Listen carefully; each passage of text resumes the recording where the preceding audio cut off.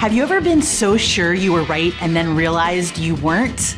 What if the biggest thing we misunderstand isn't some random fact, but actually God Himself? We're talking about it today and how knowing who He really is changes everything about how you live.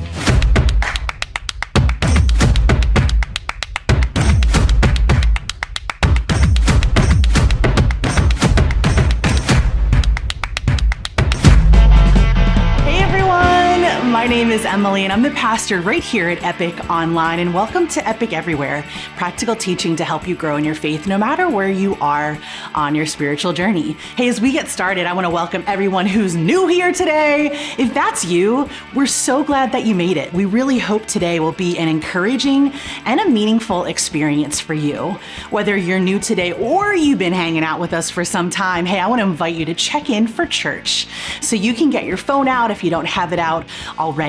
Every time that we gather for church, whether you're hanging out with us on YouTube or at one of our in-person experiences, you can check in by scanning the QR code or texting the keyword "here" to the number on the screen. And when you check in for the first time, we've got a free gift we want to hook you up with.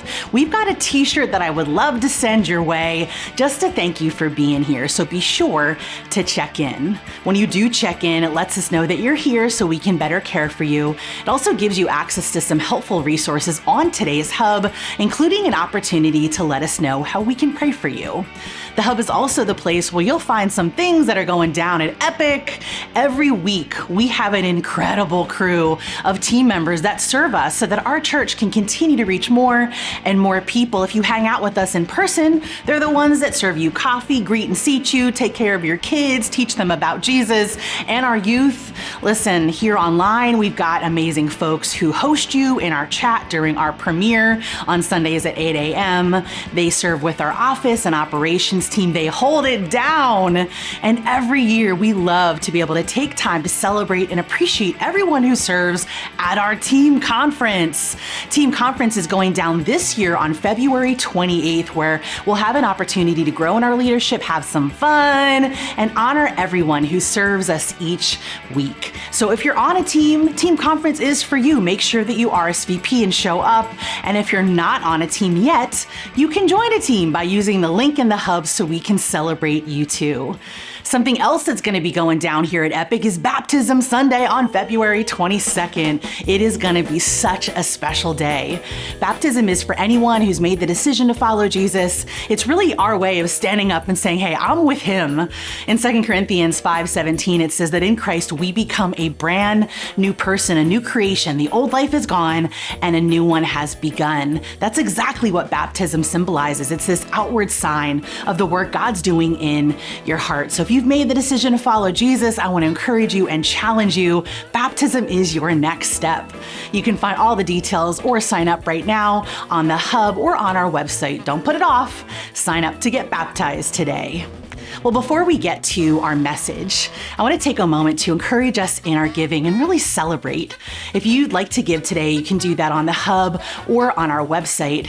And listen, because of your generosity, we aren't just looking back at all that God's done in the past. We get to look forward with excitement and anticipation at the ministry that's happening now and everything that's really ahead of us. Your giving makes it possible for us to honor those who serve at our team conference, lead people into next steps like baptisms, and continue reaching every person in the city. So thank you. Again, if you'd like to give, you can do that right on the Hub.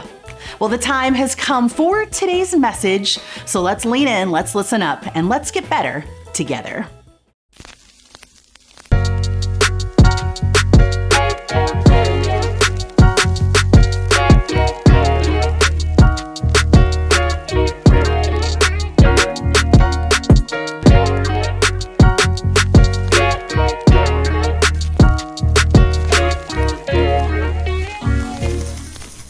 Hey, what's up, everyone? My name is Michael. I get the privilege of being one of the pastors here at Epic, and I'm so glad you're hanging out with us today.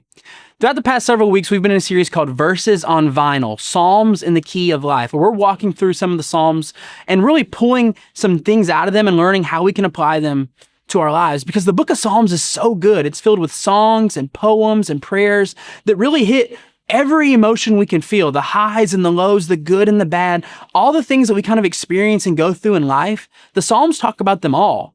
So we're looking at them and really seeing what we can learn. And a few weeks ago, we talked about Psalm 32 and how we can live the good life, the blessed life, because in a world where everyone wants to be blessed, it can be hard to know what blessing actually looks like. And we talked about how being blessed, a blessed person is a person who's had their life and their heart transformed by Jesus. And then we looked at the comparison game, the trap of comparison. And we talked about how it can be really easy to look everywhere else and how what you look at is what you see. So when all you look at is what other people have and what you don't have, it can be easy to get stressed or anxious or maybe even a little angry. You feel like this just doesn't seem to be fair. But Psalm 73 tells us that's not how we were created to live. And then last week was Epic Day, and man, was it so good. So good. We talked about purpose and how we all have a purpose. You have a purpose. I have a purpose. Everyone has a purpose. We were created by God on purpose and for his purpose. Today, we're going to continue the series by talking about a phrase that the famous philosopher Biggie kind of coined, and it's, if you don't know, now you know. You ever been there, though, in a moment like that where you just knew something? You were so confident that what you were saying was true. Like, you can take this to the bank because I know I'm right. You ever been there? Ever been on the flip side of that, though, where you think you're right? You're like, trust me, this is going to work, and it flops. Like, you were so sure you were right, just to turn out you had no idea what you were talking about. Man, that doesn't feel good. I've actually been in a situation where both of those things happened at the exact same time. So growing up, my family didn't have a whole lot, if I'm being honest with you. So we didn't spend money on things it's honestly common for most people to spend money on. Like Starbucks, for example. We never really went to Starbucks just because we couldn't really afford that, but also because the closest one was 30 miles away. So it didn't make sense to drive 30 miles to spend $8 on a drink. It just wasn't in our budget. But I do remember one moment in particular where I was at Starbucks with my grandmother, and my grandmother was the best. She was so awesome. She really kind of helped parent me when my parents were splitting and kind of figuring out their own lives and their own stuff. And my grandma really stepped in and helped me along. And she was so good. We were like best friends. She was a very important person in my life. And so one day we're at Starbucks, and I'm pretty sure this is the first time she's ever been. So this is a big deal. This is a big deal. Starbucks is, we all know Starbucks. Your first time ever being there, imagine if you could go back to your first sip of Starbucks. That's a moment, right? So we're in the drive-thru line, and I look at my grandmother. I'm like, hey, Grams, what you gonna order? And she says, I want one of those frozen icy coffee things that I see on the commercials. And me knowing exactly what she's talking about, I'm like, oh, you want a Frappuccino? Do you want a mocha one or a caramel one? What kind do you want? And she says, no, Michael, I don't want a Frappuccino. I want one of those icy coffee things. I'm like, yeah, Grams, that's a Frappuccino. She says, no, Michael, hear me. I know what a Frappuccino is, and I don't want that. I don't want a Frappuccino. I'm like, okay. She says, I want an icy coffee thing. I'm like, got it, cool. So we pull up to the window to order, and she's like, Michael, what do you want? I say, I want a strawberries and cream Frappuccino, with a little pettiness in my voice here. And she looks at me, she's like, oh my gosh, whatever. So she orders it for me. And then she proceeds to say, and I'll also have an icy coffee, to which the Starbucks worker says, an iced coffee? She says, yeah, that's what I want. She shoots me a look like, I told you so. I know what I'm talking about. And I'm just sitting there like, just smile and nod. So we pull to the window. I get my drink first, this beautiful pink strawberries and cream Frappuccino. And my grandma goes, that looks good. I'm thinking, it sure does. And then my grandmother gets her drink, her iced coffee. No syrups, no flavors, just milk, ice, and coffee. It's about to get good. So she takes a sip, and the moment I have been waiting for finally arrives. Hey, Grams, how's your drink taste? She looks at me with the most hateful look. You know exactly how it tastes. It tastes like... Well, I actually can't say what she said it tastes like, but let's just say she was not a fan of this iced coffee. She was so mad, and I laughed so hard. She was furious because not only did she get this drink that she hates, and not only was she wrong, but her punk, petty grandson was right the whole time. Ever been there? That moment where you have the perfect I told you so moment. feels good, right? Like, if you would have just listened to me, everything would have been better, but nah, you don't want to listen to me. There's something in that moment that makes us feel good. The pride of, yeah, I'm right. I know. That makes us feel good. Or maybe you're just a better person than I am. Let's be real. And you're like, no, I just like helping other people succeed in life. So I like giving them good advice. I like telling them things that are right. Maybe that makes you feel good too. And that's great. That's wonderful. But the truth is, at the end of the day, we all like being right. We like it when we say something and that thing turns out to be true. But on the flip side of that, that means we hate it when we're wrong. We hate when our punk grandson gets one up on us because that's what it feels like. It feels like they're now a leg up. Like they know more than we know, or they are better than we are. And that can make us feel some type of way, right? Like, nah, I don't really think I like that. I don't like to be wrong because that means you're right. And if you're right and I'm wrong, does that mean you're better than me? And that doesn't feel good. No one likes that feeling. But if we're not careful though, that feeling will cause us to ignore or even avoid good advice. Like someone just speaks into your life trying to help you and you're like, who are you to tell me? Who are you to tell me how I should handle my marriage or how I should raise my kids? Who are you to tell me how I should date? Like, you don't have the authority in my life to do that. Who are you to tell me how I should handle my stress? If we're not careful, we'll let this feeling of I don't want to be wrong and I don't want you to be right to keep us from really leaning in and seeking advice and finding help when we need it. Because we don't want other people to feel like they're better than us or to be right when we're wrong. Because no one likes that feeling. And if we're really not careful, we can let this same line of thinking invade our relationship and our thoughts about God. Like, God, you said this is right, but this feels so wrong. Like, I don't know if I can trust you, God. You said this is what I should do, but this is so much easier and more convenient. I don't know about that. God, my way, I know my way is right. God, I've got this. I've been doing this a long time. I'm good. I've been successful. I've got this. I know my way is the right way. So therefore, I don't really trust your way because I'm right. Who are you to tell me? Oh, God, yeah, I've heard about that. Yeah, I know what that is. And I don't want that. If we're not careful, we can let this thought of what if I'm wrong and what if you're right invade the way we live our lives and the way we see things. And the next thing we know, we are so consumed about our way, our thoughts, our plans that we ignore his. And we slowly start to lose trust in him, or we slowly start to believe he doesn't even exist at all. We can start to doubt him, doubt his character, doubt his love, because after all, like, what if this isn't the right way? This seems harder. This seems less convenient. This seems like something I don't want to do, God. So that can't be right. You have to be wrong. And if anyone had the right to feel this way, to think this way, it was King David. David is a young teenage boy and he's anointed king with no lineage.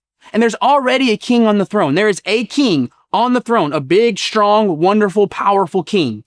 And then David, little shepherd teenage boy David, is anointed king. He has no relation to the other king, and there's nothing about him or his bloodline that would have made him royalty.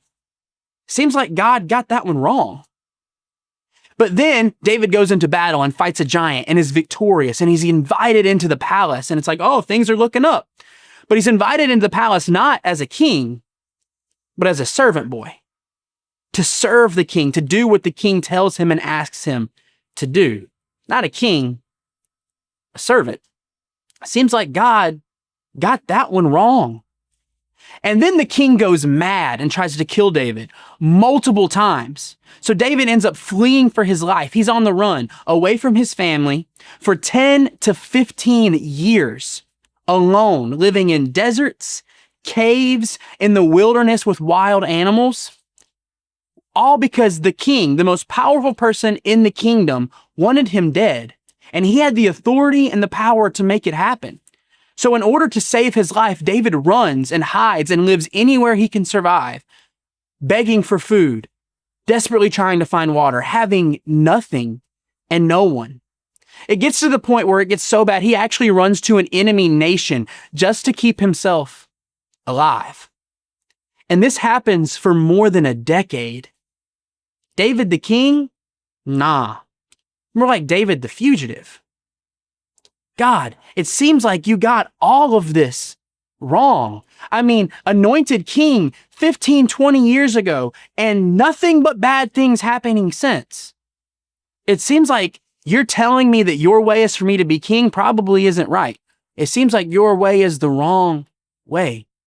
If anyone had the right to feel that way, it was David. But then God shows up and he comes through because David never loses faith, and David is finally crowned king. The entire kingdom is his. Now we fast forward 35 years, and David is on the run again, living in the wilderness with wild animals, with no food or drink again. But this time, he's an old man. He's not in as good a shape. And this time, it's not because another king wants to kill him, but it's his own son. His own son wants him dead, so David has to run for his life. And somewhere on this journey, somewhere in the middle of a desert, David writes this. It's so beautiful. Psalm 63, he says, "O God, you are my God. I earnestly search for you. My soul thirsts for you." That's such deep and intimate language. "My whole body longs for you in this parched and weary land where there is no water." So from the jump, David's like, God, it's you and it's only you. You are my God. You are the one who's gotten me through everything I've experienced, and you are the one that I need now. David acknowledges, you can even hear the confidence in his voice. Oh God, you are my God. You are the one. It's just you. You can almost see everything he's been through in his words. He says, God, you are the one that I call to. You are the one that I so desperately want, even in a place where he has nothing, a dry, a parched, weary land. Think about that. A place where he has nothing, he's experiencing nothing, and he's alone. You ever been there? Ever been in a place where you're like, I just need some help. I just need some water. I have physical needs, tangible things that I need, and I feel like I am just in the middle of a desert alone. David says, God, in this moment, you're the one I need. You're the one the depths of my being longs for. Because God, it's you. Rhetorical, no judgment question. You ever felt that way? You ever felt like, God, my whole being wants to be with you. Everything about me wants you, God. It's hard to feel that way. It's hard to feel like, God, everything I have is yours and I want to be with you and you alone. That is such a hard thing to say, especially in a parched, weary land. In a time of your life where you don't really feel like you have what you need. When you feel like, God, you feel far from me. God, I don't feel like you see me or care about me or hear me. In a time where you're like, God, I see all these problems everywhere, but I don't really see you in any of it. It can be hard to say, God, you're God and you are the one I want. Actually, if I think we're honest, it's a lot easier to blame God and get mad at God in those situations where it's like, God, look around and see everything. Like, what are you doing? It can be easier to do that than it is to say, God, even in the midst of all of this, I want to be in your presence. But that was David's heart's cry. That's all he knew. We keep going. He says, I have seen you in your sanctuary, in your house. I have gazed upon your power and your glory. Your unfailing love is better than life itself. Oh, how I praise you. How does he do it? How does David get to a place where in the middle of his own son wanting him to die, after experiencing the lowest lows and the highest highs, and here he is again, an old man alone in the desert because his own family hates him? How does he say, God, you're the one I want. Your unfailing love is what I need. It's your presence that all of me wants to be in. How does he do it? It's because he knew God. He knew that God was his God. that he would not fail him or leave him. He had a deep understanding of who God was. So much so that he's able to write the phrase, your unfailing love is better than life itself. Life? This is a king saying this, a person who had experienced everything the world has to offer. He says, it's all great and wonderful and cool and all, but God, nothing in this life is better than your unfailing love. Nothing. David had experienced it all, but still he says, your love is the best. Really, David? Like better than everything in life? That seems like it's worth some investigating, right? Like how can we be sure that God's love is that good? Well, I took some time to study it, and the word used here, the Hebrew word, looks like this. And I know what you're thinking. I can't read it either. So I did the research, and this is actually pronounced hesed. The word is hesed in Hebrew, and it means loyal, faithful, unending love. It communicates that a love that doesn't fail. Unfailing love, a love that doesn't fail. And it's such a powerful word. This word is used 127 times throughout the book of Psalms. The word hesed, unfailing love, 127 times. That's a lot. It's almost like the psalmists are saying, God's love is unfailing. And if you don't know, now you know. And just over and over in psalm, and they're all saying the same thing. God's love is unfailing. And what's even cooler about this truth is that they didn't come up with this idea. They didn't coin this phrase, hesed, unfailing love. This was not their word. They got this word from the mouth of God himself. God has this meeting with Moses all the way back in Exodus. Think about that. Like, you're like, hey, can you do 2:30? Ooh, actually, you're looking at your calendar. I can't do 2:30. I've actually got a meeting with God at that time. Like, that's crazy. But God shows up and has a face-to-face meeting with Moses and says, Moses, I need you to go free my people from Egyptian captivity. I need you to go. I'm going to be with you, but I need you to just set my people free. And Moses is like, cool. Yeah, that sounds like a great plan. Let's do it. But first of all, what is your name? Like, who am I talking with right now? And God, for the first time in the history of the universe, tells humanity what his name is from his own mouth. Look what he says in Exodus chapter 3. God said to Moses, I am who I am, or I will be who I will be. I don't change. I am all. God says he always has been, he always will be. He is everything we could ever need. He is everything we will ever need. He doesn't change, he doesn't abandon, he doesn't shift, he doesn't fail, he doesn't leave. None of those things. God always has been, he always will be. He just is all sufficient. And God says, that is my name. I am.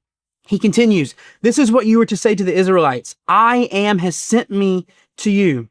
God also said to Moses, say to the Israelites, Yahweh, the God of your fathers, the God of Abraham, the God of Isaac, and the God of Jacob has sent me to you. This is my forever name, the name you shall call me by from generation to generation. I love this so much. God says, hey, my name is Yahweh. I am. I am all sufficient. I am all you need. I am all you could ever hope for. So if you are wondering if God can be trusted, yes, because he is. If you need hope, he is. If you need reassurance, he is. If you need grace or peace or security or provision or just joy, he is. He is the source of everything we could need. And when he introduces himself to Moses, he says, hey, this is who I am. I am it all. I am all you could ever ask for. I am all you could ever need. I am the one that you can run to in your greatest times of need because I will not leave or fail. I always have been. I always will be. It is his literal name. But in case that wasn't good enough, he actually takes it one step further. After God shows up in an extremely powerful way and frees his people from Egyptian captivity, he leads them. He leads them literally across an ocean. He divides an ocean in half and walks them across safely. And then, after all this brilliant display of power and glory, he has another meeting with Moses. And he takes his name a step further. Instead of just telling Moses his identity, he wants him to see his character. He wants him to see that he not only is the great God, but he is good and he is loving. Look what he says about himself. This is Exodus chapter 34. It says, "Then the Lord came down in a cloud and stood there with him," being Moses. "And he called out his own name, Yahweh. The Lord passed in front of Moses, calling out, Yahweh, the Lord." And listen what he says next. "The God of compassion and mercy. I am slow to anger and filled with" what? "Unfailing love." The same unfailing love we find all throughout the Psalms. "I'm filled with unfailing love and faithfulness. I lavish unfailing love to 1,000 generations. I forgive iniquity, rebellion, and sin." God says, here's my name, but here's what my name means. Yes, this is my identity as great I am, creator God, all-powerful one. But this is who I am. This is what makes me me. God didn't just want humanity to know that he was God. He wanted us to know that he was good and that he loved us. Imagine if you and I sat down and you're like, "Hey, Michael, tell me about your wife." And I'm like, "Oh yeah, my wife, her name is Caitlin.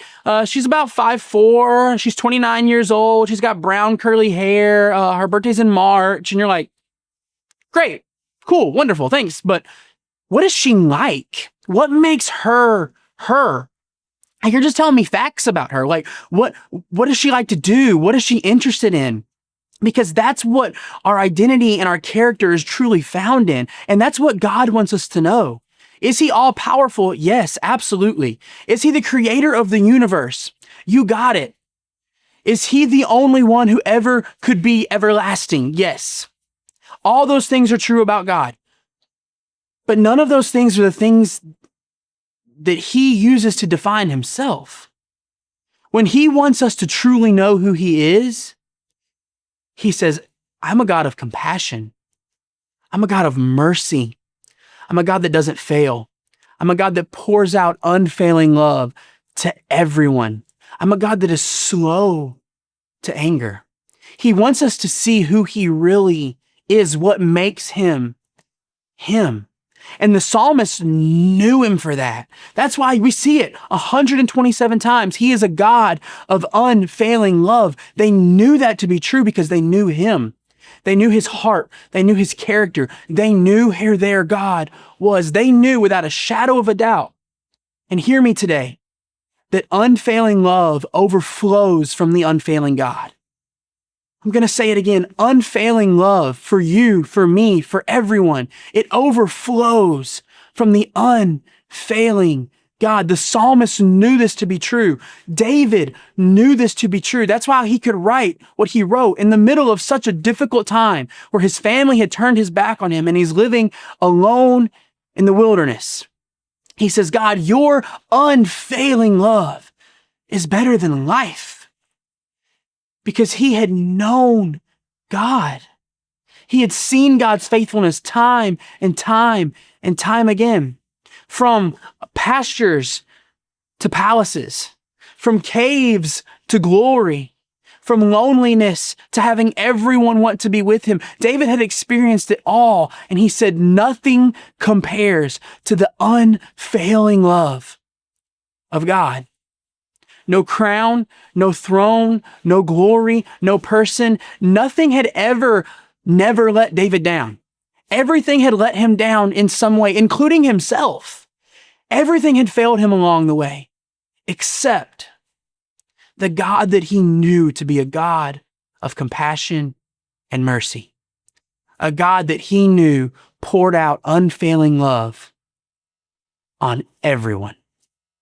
That is who our God is. And David knew that to be true. The question is, do you? Do you know God for who God says he is? When you think about God, what thoughts come to mind? Do you think of him as a compassionate and merciful God? Or do you think of him as someone who hasn't shown you any compassion? Do you think of him as being someone who is slow to anger? Or do you feel like he's angry with you? Do you believe he pours out love or he doesn't love you at all? Do you believe that he forgives or do you believe that he's not even out there in the first place? When you think about God, what thoughts come to mind? Because it can be easy to let a lot of people speak for God. But when he speaks for himself, when he says, no, I don't care what you've heard. This is who I am. He says, I am a God of compassion and mercy. I'm a God that is slow to anger, and I am a God that will continue to pour out love. Even when we mess up, even when we don't deserve it, even when we fail, he doesn't, because that's not a part of his character. He is the great I am who always was and always will be. He is all we need. And he pours out love. Unfailing love overflows from the unfailing God. But if we're not careful, we'll miss it because we don't know him. We don't know him for who he actually is. So here's my challenge for you. If you're married or if you're dating, I want you to go out with your partner on dates, like bad and bougie, big dates. And I want you to do it every single night for the next 6 weeks. It's crazy, I know, but I'm serious. Every night for the next 6 weeks. And if you're not dating or you're not married, I want you to pick one friend, and I want you to go out with them every single night for the next 6 weeks. You're like, Michael, this is crazy. I know, but hang with me for a second. I want you to go all out. If going to the movies is your thing, cool. But if not, do something bigger than that. Find a Michelin-starred restaurant and ball out. Order everything on the menu. You seen the commercial, we'll take one of everything with Samuel L. Jackson. Let's just get one of everything. Everything. Fire everything. Do that, right? And then I want you to go on your best vacation, your dream vacation. Just book it. Just go. Just do it. I want you to, if you're an outdoors person, hit up the slopes or go on a hike. Like do something every single night that you genuinely enjoy and do it with someone with one goal in mind, to get to know them, to get to know their heart, to get to know what makes them tick, to get to know what frustrates them, what brings them joy. I want you to write down questions beforehand so you can ask good questions and be prepared, and take notes on their answers. Also, you can know more about who they actually are. I want you to get to know them very deeply and intimately. But here's the catch, and it's a big one.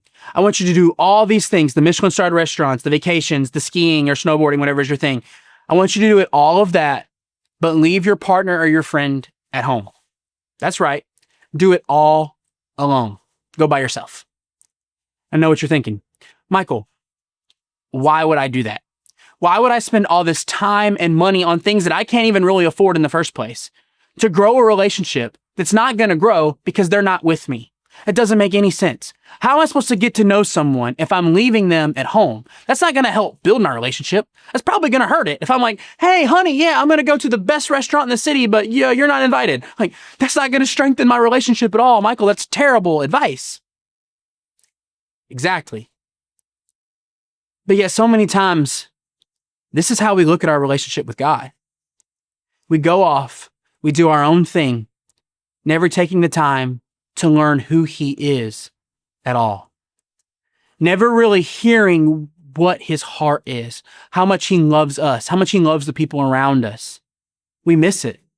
We never actually experience his unfailing love that he pours out because we don't know him. We're not with him. We're off doing our own thing. We've got Bibles we don't read, apps we never open, groups we don't attend, prayers we never pray, friends we never reach out to, opportunities to experience God's love that we never lean in to experience. All because we're doing our own thing. And God's like, I'm just here waiting to pour my love out on you. David knew that no matter what came his way, no matter how hard his life got, he would be okay because he knew God deeply and intimately as the one of compassion and mercy, the one who is slow to anger and who continuously pours out love. David knew that to be true. And how great would it be if we did too? Imagine the impact it would have on your own heart, on the way you see our world, if you knew that God's love was going to continue to pour out, even when things got hard, even when it got difficult, even when you didn't know exactly what to do. You knew that God was with you and for you because he is Yahweh. He is the God who doesn't leave or fail. He is the great I am. And he continues to pour out love. Imagine how we would live our lives differently if we knew that to be true. Imagine how we would love other people if we knew that to be true. Like if God is pouring out all this love into me, I should then pour that love into other people. Imagine the impact that would have on us. Imagine the impact God's love would have on our city, on the people we care about, on our families, on our friends, on our coworkers. Imagine what we could do as followers of Jesus, if you are a follower of Jesus, if you let God's love flow through you. Imagine how differently your life could feel if you're not a follower of Jesus, if his love actually filled your life. The joy you could have even in parched, weary lands because God's unfailing love has been poured out into you. We can experience this when we truly know who God is. That's why it's so important that the Bible is not just some book on a shelf or an app on a phone, but it's something we're actually reading and learning and helping it and letting it allow us to grow because we need it, because it's a source of life for us. That's why it's so important that prayers aren't something we just kneel down and pray when our lives are really feeling desperate, but they're constant conversations with the God who loves us. That's why being here and gathering and listening and worshiping and learning more about who God is and how much he loves us because it refreshes us. Or maybe we hear it for the first time and it's a realization that changes our hearts. That's why all of these things are so important because they let us know God for who he is more. And the more we know God, the more we experience his love and the more that love can flow through us. God's unfailing love is better than life itself. And unfailing love overflows from the unfailing God. My prayer is that we can just experience that like David did. Let's pray. God, we love you. We praise you. We thank you because you are good. And you love us unconditionally, even when we don't deserve it. God, thank you for that. Help us to experience your love. Help us to know you more. And if you're here today and honestly, you didn't know God loved you like that. You didn't know that he was all powerful, but yet still overflowing with love for you.